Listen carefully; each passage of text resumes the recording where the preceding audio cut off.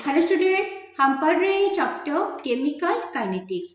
अपने आज के क्लास में हम सेकेंड ऑर्डर, थर्ड ऑर्डर ऐसे करके इंक्रीज करते हुए nth ऑर्डर जो केमिकल रिएक्शन है उनका केमिकल काइनेटिक्स कैसे होता है, रेट लॉ का एक्सप्रेशन क्या है, ठीक है, ग्राफ कैसे ड्रॉ होता है, हाफ लाइफ पीरियड क्या है, इसके बारे में इन डिटेल स्टडी करने वाले हैं। ओके, तो स्टार्ट करते हैं। हेडिंग लिखेंगे second, third, nth order reaction.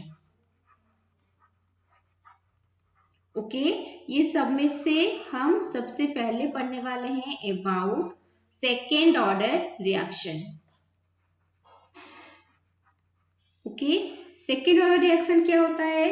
अगर कोई भी केमिकल रिएक्शन में रेट ऑफ द रिएक्शन जो है दैट इज इक्वल टू क्या है, हमारा रिएक्टेंट का जो टोटल ऑर्डर है, ठीक है, रिएक्टेंट का जो पावर है और उसको टोटल 2 होना चाहिए, ठीक है, तब जाके उसको हम सेकेंड ऑर्डर रिएक्शन बोलेंगे। जैसे हमने जीरो और फास्ट ऑर्डर भी पढ़ा हुआ है। ओके, सपोज हमने यहाँ पे लिया है ए गिव्स प्रोडक्ट, तो यहाँ पे जो रेट ऑफ द रिएक्शन है, rate are equal to K into concentration of ए का स्क्वायर। तो ए का पावर 2 है तो इसको हम बोलेंगे सेकेंड ऑर्डर रिएक्शन। हमने ए गिव्स प्रोडक्ट लिया है, हम 2a गिव्स प्रोडक्ट ले सकते हैं, हम a plus B gives product ले सकते हैं, लेकिन जो भी रिएक्टेंट है उसका कॉन्सेंट्रेशन टर्म का जो पावर है उसका टोटल जो है that should be equal to 2 for a second order reaction. Okay, next rate है। रेट का एक्सप्रेशन क्या है? Minus D A by D T that is equal to K into A का पावर 2। ओके, अभी हम क्या करेंगे, सारे ए टर्म को एक साइड में ले आएंगे। Minus D A by A equal to K into D T, ठीक है, तो यहाँ पे माइनस साइन को राइट साइड में ले आएंगे। अभी क्या करना है, अभी बोथ साइड को हमें इंटीग्रेशन करना है। इंटीग्रेशन जो है, अगर डी का इंटीग्रेशन, डी बाय ए का इंटीग्रेशन होगा डी बाय ए स्क्वायर का, तो वो क्या होगा, वो होगा माइनस 1 बाय ए। ओके, और ये कहाँ से कहाँ तक इंटीग्रेशन होगा, ए नॉट से ए तक इंटीग्रेशन होगा, that is equal to minus K T, ठीक है। सो दोनों साइड में माइनस है तो कैंसिल हो जाएगा। अभी फाइनली क्या निकला, 1 minus A by 1 minus A not that is equal to minus K T. Okay, आ रहा है समझ में? नेक्स्ट, यहाँ पे अगर हम 1 बाय ए का वैल्यू निकालना चाहेंगे तो वो क्या होगा, 1 बाय ए नॉट और माइनस तो हट गया, दोनों में कैंसिल हो गया, प्लस के टी, ठीक है। सो ये हमारा एक एक्सप्रेशन है जिसको हम न्यूमेरिकल में यूज कर सकते हैं, ठीक है। अच्छा, फिर कंटिन्यू करते हैं। 1 by A minus 1 by A not equal to K T. It implies, अगर हम यहाँ से टाइम का एक्सप्रेशन निकालेंगे तो क्या निकलेगा, T equal to 1 by K into 1 by A minus 1 by A not. Okay, ये हमारा टाइम का एक्सप्रेशन है। ओके, आया समझ में कैसे क्या हो रहा है? ये जो भी निकल रहा है रिलेशंस, उसको हम न्यूमेरिकल्स में यूज करने वाले हैं। ओके, तो लिख लो इसको, हो गया। नेक्स्ट में ग्राफ ड्रॉ करेंगे।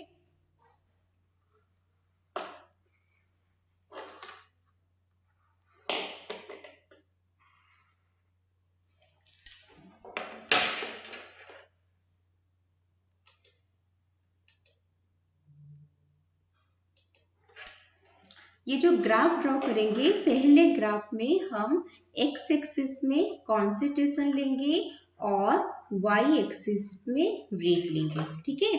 तो ये जो हमारा ग्राफ आएगा वो कुछ इस तरह से आएगा। ओके, जब इन कंसंट्रेशन धीरे धीरे इंक्रीज करता है तो रेट ऑफ द रिएक्शन भी इंक्रीज करता है। ओके, नेक्स्ट जो लेंगे हम, वो एक्स एक्सिस में टाइम लेंगे, वाई एक्सिस में लेंगे 1 बाय कॉन्सेंट्रेशन। ओके, और जिसको हम 1 बाय ए बोल रहे हैं वो हमारा y एक्सिस में रहेगा। तो इसका जो ग्राफ है वो कुछ इस तरह से आएगा। ओके, सो अगर हम इसको ऐसे डॉट करेंगे तो यहाँ से यहाँ जो पोर्शन है वो 1/a0 आएगा। ठीक है, तो ये जो हमारा रिएक्शन है मतलब सो जो ग्राफ है वो अकॉर्डिंग टू एक केमिकल है एक एक्सप्रेशन के हिसाब से आ रहा है। क्या है वो expression? 1/a equal to 1/a0 minus plus kt। ठीक है, so y equal to mx plus c, इस तरह से वो आता है। देखो y की जगह 1/a, हमने y एक्सिस में 1/a लिया है, x एक्सिस में क्या लिया है? t लिया है। ओके, c जो है वो 1/a0 है जिसको हमने यहाँ पे लिखा हुआ है। ओके, और अगर हम स्लोप ऑफ द ग्राफ लिखेंगे तो m इक्वल टू क्या आ रहा है? m इक्वल टू k आ रहा है। ओके, सो ये है हमारा सेकेंड ऑर्डर जो इक्वेशन है उसके लिए graph, second order chemical reaction का। ओके, लिख लो।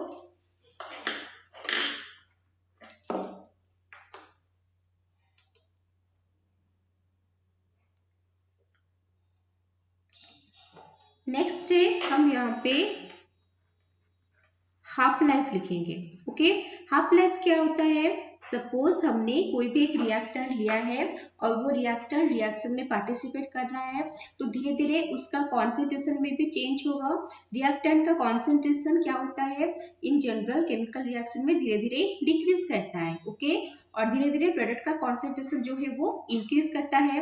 तो रिएक्टेंट का कॉन्सेंट्रेशन जो डिक्रीज कर रहा है मतलब वो धीरे धीरे तो कम होगा। जब डिक्रीज करते करते इनिशियल अमाउंट का मतलब इनिशियल कॉन्सेंट्रेशन का एग्जैक्टली हाफ अमाउंट में आ जाएगा, उसी को हम बोलेंगे उस मतलब वहां तक पहुंचने के लिए हम उसको बोलेंगे जो टाइम लग रहा है हाफ लाइफ बोलेंगे। Okay, so t equal to T half, time जो रिक्वायरमेंट है उसको हम टी हाफ ले रहे हैं। टी हाफ क्या होता है? It is the time required for ये क्या conversion of reactant into half of its original value। Okay, half of its original value मतलब a क्या होता है? कितना amount of reactant left है? इनिशियल वैल्यू का हाफ। इनिशियल वैल्यू क्या है? a0 है, सो a इक्वल टू क्या होगा? a0/2। ओके, तो हम क्या करेंगे? हम इसके एक्सप्रेशन लिखेंगे। टाइम का एक्सप्रेशन क्या था? ऊपर यहाँ पे भी रिएक्शन ऑलरेडी प्रेजेंट है। t इक्वल टू 1/k होता है और 1/a माइनस 1/a0 होता है। सो t के जगह पे हम t हाफ लिखेंगे। 1/k तो जैसा है वैसा रहेगा। 1/a जो है वो क्या होगा? 1/a0/2 minus 1/a0। Okay, that is equal to 1/k, ये क्या हो गया? 2/a0 minus 1/a0। It implies t half equal to 2 minus 1 क्या हो गया? 1 हो गया। 1/k into a0। ओके, तो ये है हमारा सेकेंड ऑर्डर काइनेटिक्स का हाफ लाइफ पीरियड जो है उसका एक्सप्रेशन। ओके, आईएसएमएस में कैसे क्या हो रहा है? चलो लिख लो इसे। ओवर। नेक्स्ट हम पढ़ेंगे अबाउट थर्ड ऑर्डर रिएक्शन। सो ये थर्ड ऑर्डर रिएक्शन क्या होता है?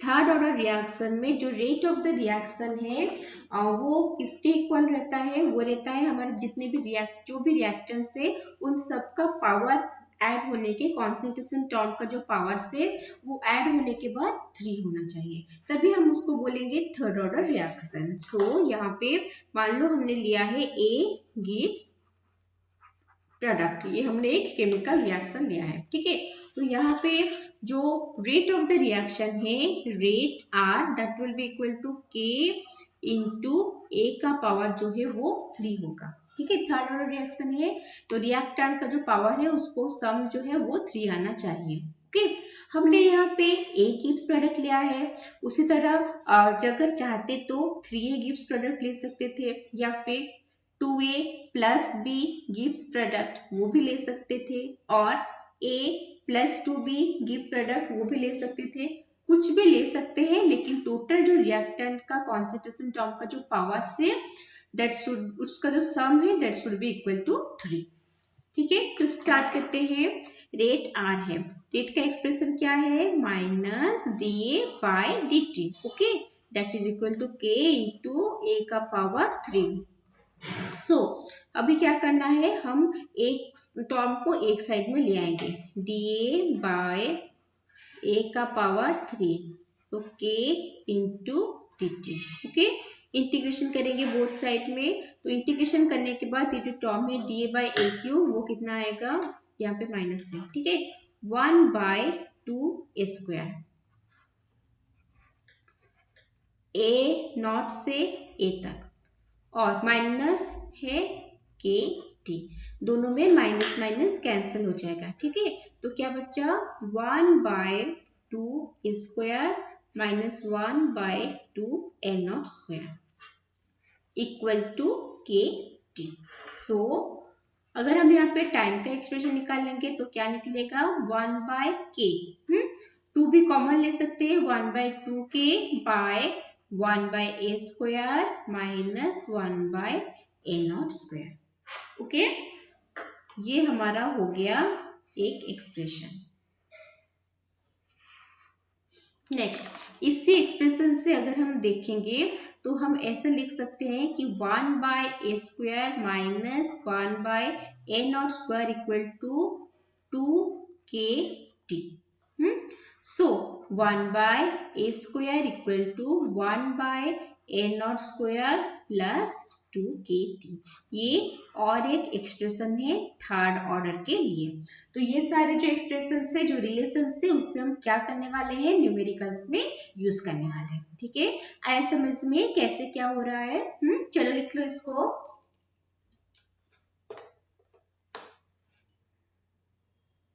हो गया। नेक्स्ट हम क्या करेंगे, ग्राफ ड्रॉ करेंगे।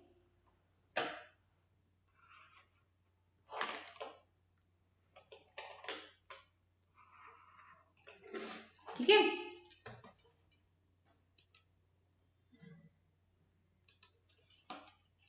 ये जो ग्राफ हम ड्रॉ करेंगे ये किस किस के बीच में करेंगे, कॉन्सेंट्रेशन के बीच में और रेट के बीच में। और ये जो ग्राफ है वो कुछ इस तरह से आएगा। ठीक है, सेकेंड ग्राफ ड्रॉ करेंगे हम, किसके बीच में ड्रॉ करेंगे, देखो सेकेंड ग्राफ जो है वो क्या है, उस मतलब कौन से रिलेशन के बेसिस पे बन रहा है, 1/a square equal to 1/a not square plus 2kt। So y equal to mx plus c। ठीक है, तो y एक्सिस में क्या रहेगा, 1/a स्क्वायर, मतलब 1/, कॉन्सेंट्रेशन का स्क्वायर, 1/a स्क्वायर रहेगा y एक्सिस में। x में कौन रहेगा, t रहेगा, यहाँ पे t रहेगा। ठीक है, और उसका भी जो ग्राफ है वो इस तरह से आएगा। और ये जो है गैप वो क्या है, वो हमारा c में जो है 1/a नॉट का स्क्वायर। देखो कितना इजी है, जस्ट एक रिलेशन याद रखना है, उसको कंपेयर करके हम इजीली ग्राफ बना सकते हैं। ग्राफ में कौन एक्स एक्सिस से, कौन वाई एक्सिस से, क्या स्लोप है, स्लोप तो हमेशा tan थीटा ही होता है। ठीक है, वो सारा चीज हम यहाँ पे प्रिडिक्ट कर सकते हैं। ऐसा समझ में। ओके, लिखो इससे।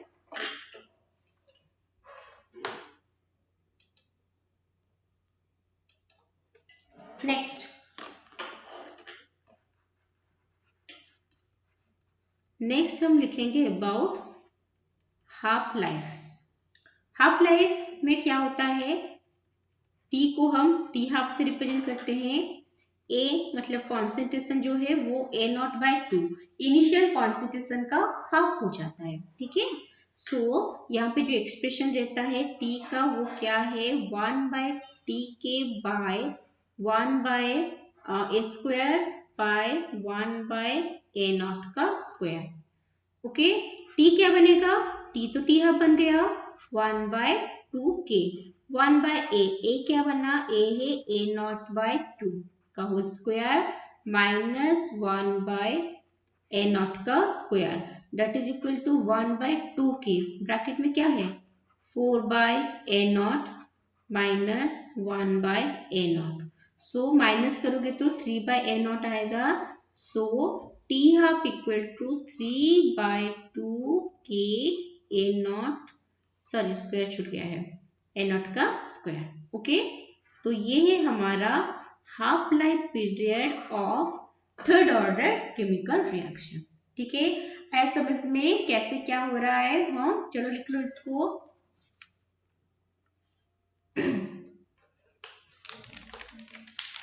हो गया। नेक्स्ट, अभी हम कंपेयर करेंगे second order, third order and nth order. ठीक है, सेकेंड ऑर्डर जो है, सेकेंड ऑर्डर का एक्सप्रेशन क्या होना चाहिए, हम जो लिखते हैं T equal to 1/k into concentration of, मतलब 1/a minus 1/a0। Okay, next है थर्ड का, थर्ड ऑर्डर रिएक्शन का, यहाँ पे T क्या होता है 1/2k 1/a square minus 1/a0 का स्क्वायर। ओके, अगर इसी फॉर्मेट में हम लिखना चाहेंगे nth ऑर्डर, nth ऑर्डर मतलब यहाँ पे एक चीज बता देते हैं, जो nth ऑर्डर होता है वो except zero and first order होता है। ठीक है, जीरो एंड फर्स्ट ऑर्डर को हम इस रूल में नहीं लेने वाले हैं, सेकेंड थर्ड और उससे ज्यादा वाला को ले सकते हैं। और एक चीज बताना जरूरी है कि थर्ड ऑर्डर रिएक्शन जो है वो होना बहुत डिफिकल्ट होता है। ठीक है, और उससे ज्यादा होना था और भी डिफिकल्ट। क्यों? क्योंकि कोई भी केमिकल रिएक्शन कब स्टार्ट होता है, जब रिएक्टेंट मॉलिक्यूल पास पास आते हैं, कोलाइड करते हैं, एक दूसरे के कांटेक्ट में आते हैं, उसके बाद ही केमिकल रिएक्शन होता है। ठीक है, सो 3 मॉलिक्यूल या उससे ज्यादा मॉलिक्यूल एक साथ आके कोलाइड करे और केमिकल रिएक्शन स्टार्ट हो, ये इसका डिफिकल्टी लेवल जो है वो बहुत ज्यादा है। ठीक है, इसलिए रिएक्शन जो होता है वो यूजुअली मैक्सिमम 3 जो थर्ड ऑर्डर तक होता है, उससे ज्यादा होना थोड़ा मुश्किल होता है। ओके, फिर भी इन केस अगर हो रहा है अंडर सम सिचुएशन, तो हम उसके लिए एक जनरल एक्सप्रेशन निकाल सकते हैं। देखो सेकेंड ऑर्डर में क्या लिखे हो, टाइम के लिए 1/k, थर्ड ऑर्डर में 1/2k। ओके, मतलब जो ऑर्डर है उससे एक कम हो रहा है। सो nth ऑर्डर के लिए क्या लिखोगे, एक कम, मतलब 1/n-1k। नेक्स्ट, सेकेंड ऑर्डर में 1/a minus 1/a0, third order में 1/a square minus 1/a0 square. इसका मतलब क्या हो रहा है, 1/a तो आ रहा है, ठीक है, 1/a रह रहा है और माइनस 1/a0 भी रह रहा है, लेकिन पावर क्या हो रहा है, जो ऑर्डर है उस ऑर्डर का -1 जो है वही पावर हो रहा है। सो यहाँ पे अगर n है तो n-1 और यहाँ पे भी n-1। so t equal to 1/n-1k into 1/a to the power n-1 minus 1/n0 to the power n-1। Next graph बनाएंगे।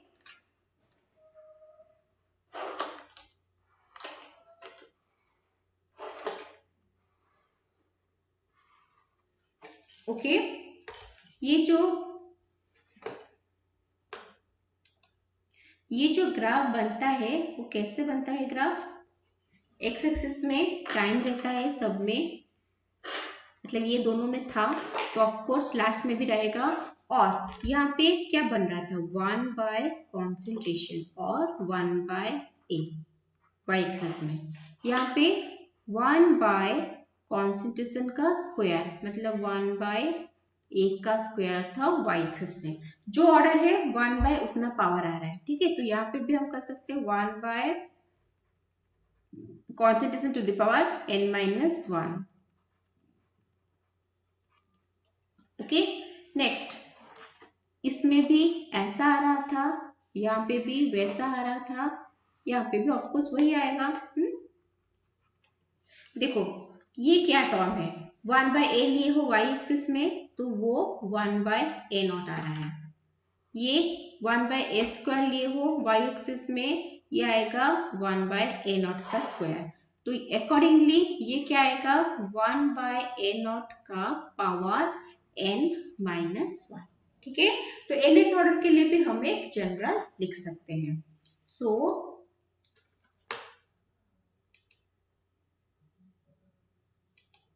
नेक्स्ट टी हाफ का एक्सप्रेशन लिखेंगे। टी हाफ ये क्या है 1/k a0 और थर्ड ऑर्डर के लिए टी हाफ क्या है 3/2k a0 का स्क्वायर। ठीक है, और इसका हम यहाँ पे साइड में लिख लेते हैं nth ऑर्डर का। अगर हम रिलेट करना चाहेंगे तो हो सकता है आप लोगों को समझने के लिए थोड़ा प्रॉब्लम हो। ये आ रहा है 2 to the power n minus 1 minus 1। Okay, 2 to the power n minus 1 minus 1 divided by n minus 1 k a0 to the power n minus 1। Okay, ये है हमारा nth ऑर्डर रिएक्शन जो है जिसमें जीरो और फर्स्ट ऑर्डर इंक्लूडेड नहीं है। ठीक है, उसके लिए हाफ लाइफ पीरियड का एक्सप्रेशन। ओके, आया समझ में कैसे क्या हो रहा है? चलो लिख लो इससे। ओके, और एक चीज हम यहाँ पे ये भी बोल सकते हैं कि टी हाफ जो है that is proportional to A naught का power 1 minus N. Okay, 1/a0 का पावर n माइनस 1 है, तो अगर सिर्फ a0 के पावर के हिसाब से लिखेंगे तो वो तो ये हो जाता है 1 माइनस एन। ओके, देखो। ओके, यहाँ पे क्वेश्चंस का डिस्कशन करेंगे। For the reaction system, 2NO gas plus O2 gas gives 2NO2 gas। ये केमिकल रिएक्शन गिवन है और क्वेश्चन क्या है? Volume is suddenly reduced to half of its value by increasing the pressure on it। Pressure हमने increase किया जिसके वजह से वॉल्यूम जो है वो हाफ हो गया है।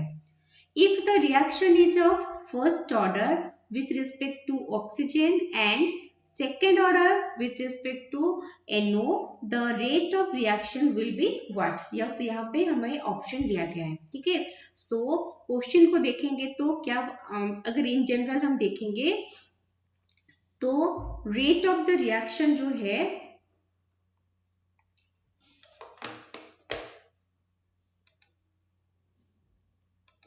रेट ऑफ द रिएक्शन वो क्या होता है? रेट इक्वल टू के। ये सॉल्यूशन है। Rate equal to K into oxygen का पावर 1 है, NO का पावर 2 है, NO का पावर 2 और ऑक्सीजन का पावर 1। ठीक है, सो हम यहाँ पे बोलेंगे कि रेट को अगर हम dx/dt ले रहे हैं, सो k इंटू NO क्या है? Number of moles by volume होगा, उसका कॉन्सेंट्रेशन जो है number of moles of NO by volume का स्क्वायर, और ऑक्सीजन के लिए number of mole of oxygen by volume का स्क्वायर। ओके, तो हम इसको यहाँ पे लिख सकते हैं कि K number of moles of NO का square into number of moles of O2 का स्क्वायर डिवाइडेड बाय यहाँ पे सॉरी ऑक्सीजन का तो 1 है ना, 1। ठीक है, तो v स्क्वायर है और इंटू यहाँ पे v है तो नीचे रह गया v cube. So rate dx/dt जो है वो हमारा ऐसा निकला है। ठीक है, उसका एक्सप्रेशन ये निकला है। नेक्स्ट क्या बोल रहा है कि जो हमारा वॉल्यूम है वो हाफ हो गया अभी। ठीक है, सो अभी हम जो नेक्स्ट रेट निकालेंगे, रेट क्या होगा? k into number of moles of NO by volume का स्क्वायर था जिसमें वॉल्यूम v/2 हो गया अभी। Next number of mole of oxygen by volume v/2 हो गया। So dx/dt equal to k into okay, और ये dx/dt डैश कर देते हैं k into n into NO का स्क्वायर इंटू NO2 बाय ये नीचे जो v का टर्म है वो अभी v/8 बन गया, मतलब 8 into k into number of molecules of NO का square number of molecule of oxygen by v/, और हम बोल सकते हैं कि dx/dt equal to 8 into dx by dt। ये हमारा लास्ट में था।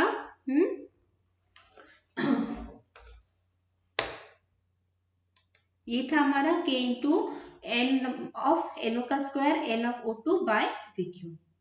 ओके, तो इसका मतलब जो ओरिजिनल वैल्यू हमारा था वो भी क्या हो गया, उसका 8 टाइम्स इंक्रीज हो गया। ठीक है, सो यहाँ पे हमारा ऑप्शन क्या होगा, ऑप्शन होगा increase to 8 times of its initial value. Okay, आया समझ में क्या क्या हो रहा है? इसका स्क्रीनशॉट ले लो। Okay, over. नेक्स्ट क्वेश्चन क्या है, थ्योरेटिकल क्वेश्चन है। Higher order are rare due to, अभी जैसे हमने बताया है हायर ऑर्डर रेयर क्यों होता है, क्योंकि एक साथ ज्यादा मॉलिक्यूल्स का पास में आना, एक साथ कोलिजन करना और एक दूसरे के कांटेक्ट में आना जो है वो बहुत ही डिफिकल्ट टास्क होता है। ठीक है, इसलिए हायर ऑर्डर का जो केमिकल रिएक्शन होते हैं वो रेयर होते हैं। सो इनमें जो 4 ऑप्शन है उसको अगर हम अच्छे से पढ़ेंगे तो फर्स्ट ऑप्शन हमारा करेक्ट आएगा, लो probability of simultaneous collision of all the reacting species. ठीक है, आया समझ में? चलो लिखो, इससे हो गया। नेक्स्ट क्वेश्चन क्या है, the rate constant K1 and K2 for 2 different reactions are 10 to the power 16 into e to the power minus 2000 by t and 10 to the power 15 into e to the power minus 1000 by t respectively. The temperature at which K1 equal to K2, कौन से temperature में वो equal होगा? ठीक है, तो हम यहाँ पे लिख लेते हैं सोल्यूशन क्या है। K1 का वैल्यू है 10 to the power 16 into e to the power minus 2000 by t। Okay, K2 का वैल्यू क्या है, 10 to the power 15 into e to the power minus 1000 by t। अब क्या करेंगे, हम दोनों साइड का लॉगरिथम लेंगे। ओके, टेकिंग लॉगरिथम, अभी K1 क्या हो गया, log K1 हो गया और 10 to the 16 हो गया और ये क्या होगा, माइनस 2000 बाय 2.303 t। ठीक है, log ln में कन्वर्ट करते तो e टू द पावर में आता, फिर log में कन्वर्ट करते तो 2.303 से डिवाइड होता। नेक्स्ट log K2, ये कितना आएगा, 15 माइनस 1000 बाय 2.303 t। ठीक है, अभी हमें क्वेश्चन में क्या गिवन है, क्वेश्चन में गिवन है K1 इक्वल टू K2 है। ओके, इसको लिख लो, हो गया। सो K1 इक्वल टू K2 है, इसका मतलब 16 minus 2000 bye 2.303 t is equal to 15 minus 1000 by 2.303 into t। so एक साइड में ले आएंगे, 16 माइनस 15 इक्वल टू कितना होगा, 2000 by 2.303 t minus 1000 by 2.303 t। सो ये हमारा राइट हैंड साइड को करेंगे तो क्या आएगा, 1000 by 2.303 t equal to 16 minus 15 1 आता है। सो ओके, सो t कितना आएगा, t अगर उस साइड में चला गया तो t कितना आएगा, 1000 बाय 2.303 केल्विन। ओके, आ रहा है समझ में? तो यही हमारा आंसर है। तो ये कौन से ऑप्शन में है, चेक कर लेते हैं। ये हमारा लास्ट ऑप्शन में है, 1000 बाय 2.303 केल्विन। ओके, आया समझ में कैसे क्या हो रहा है? चलो लिखो इसको, हो गया। तो अपना आज का क्लास हम यहाँ पे खत्म करते हैं। अपने नेक्स्ट क्लास में हम कुछ एक नया चीज पढ़ेंगे in the chapter chemical kinetics. Okay, so तब तक माइंडफुली पढ़ाई करते रहो। ओके।